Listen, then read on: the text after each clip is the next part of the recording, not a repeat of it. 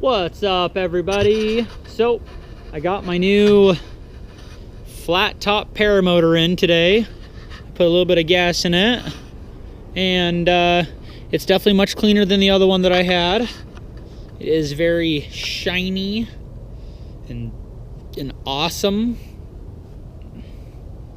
Very nice all the way around. So I'm going to do the exact warm up how it tells me to. So after I get it fired up for the first time, I run through the entire staging process of different RPMs for different minutes, and my legs were so tired that I wanted to die. So this is the next thing that I got smart and started doing. So this is actually a lot harder than I thought it was going to be to break this in.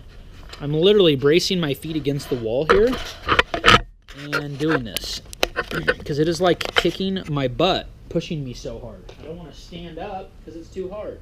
So you can watch how I'm doing it. This is what I'm checking the tachometer with. This is an Echo Opima Plus engine tachometer. I couldn't find one of these. Thankfully, one of my buddies had one of these that I could just borrow.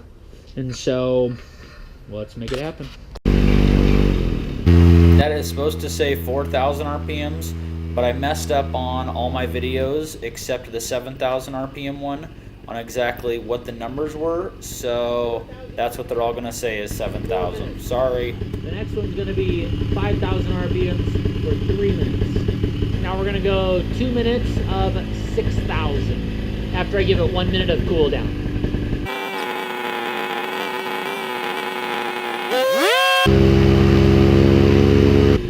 That was 6,000 for 2 minutes. Now we're going to go 7,000 for 1 minute. Ugh. It hurts a little bit. Now we're going to go almost maxed out at 8,000 RPMs for 30 seconds. Now what I found is I can pull my throttle all the way and it goes over 8,000. And I want to do everything exactly how the manufacturer says to do it. So I'm going to do it right at that 8,000 for 30 seconds. And I'm going to have to hold on because it pushes hard.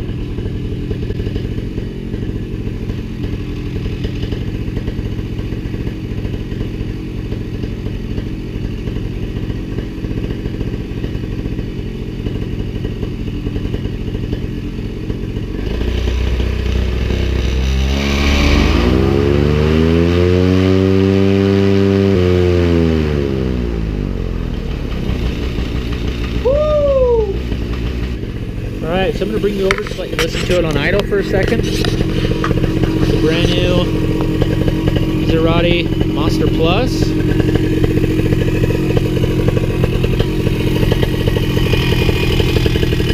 It's not really vibrating too much. A little bit. Not bad.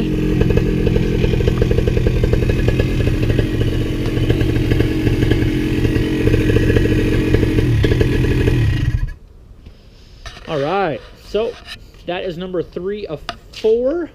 So I'm going to go ahead and let it cool down for another 15 minutes. And we'll go again. All right, last one. Here we go. Woo! Woohoo! We done! That was way harder than I thought it was going to be. I'm glad I'm done. Now I can go fly. Oh, look at that. It sits right there. Oh. Now that's only half of the break-in process. What it says to do on the rest of it is for the next, I want to say 2 to 3 hours is when I go fly to not hold the throttle just in one spot, but to keep it slowly escalating and slowly de-accelerating for the next 2 to 3 hours. So they said, I think between 15 and 20 liters. And so that's my whole 5-gallon tank. So that's what I'll do the next couple tanks. All right, I'm getting ready for my first flight with my new paramotor. Super excited. I'm actually gonna run the medium right now because I want to be as gentle as I can on the paramotor. We're just gonna cruise around, nothing crazy. Oh, you can see the flag over there. Some good wind over there. Nothing over here.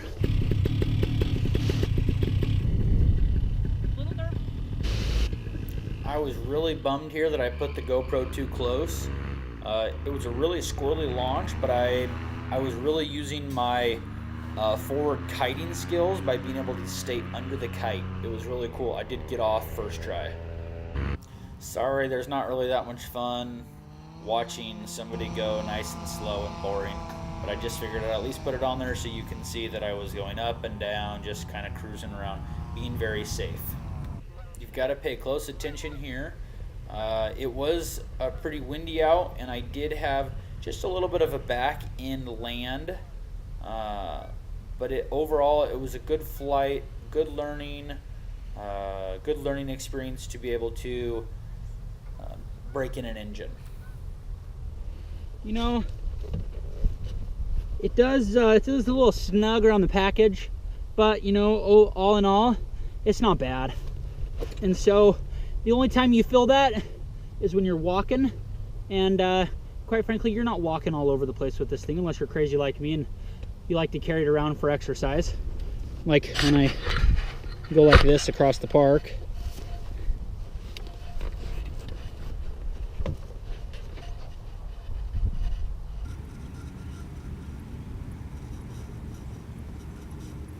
All right.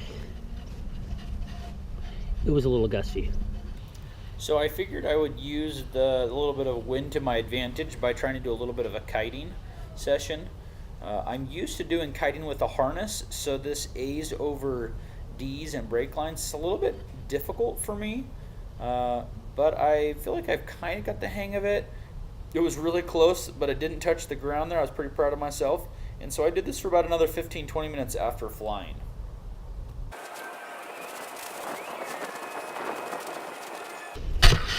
So I think I'm going to call myself a fair weather flyer, just because it's really sketchy to fly when it's bumpy out or when there is gusty winds.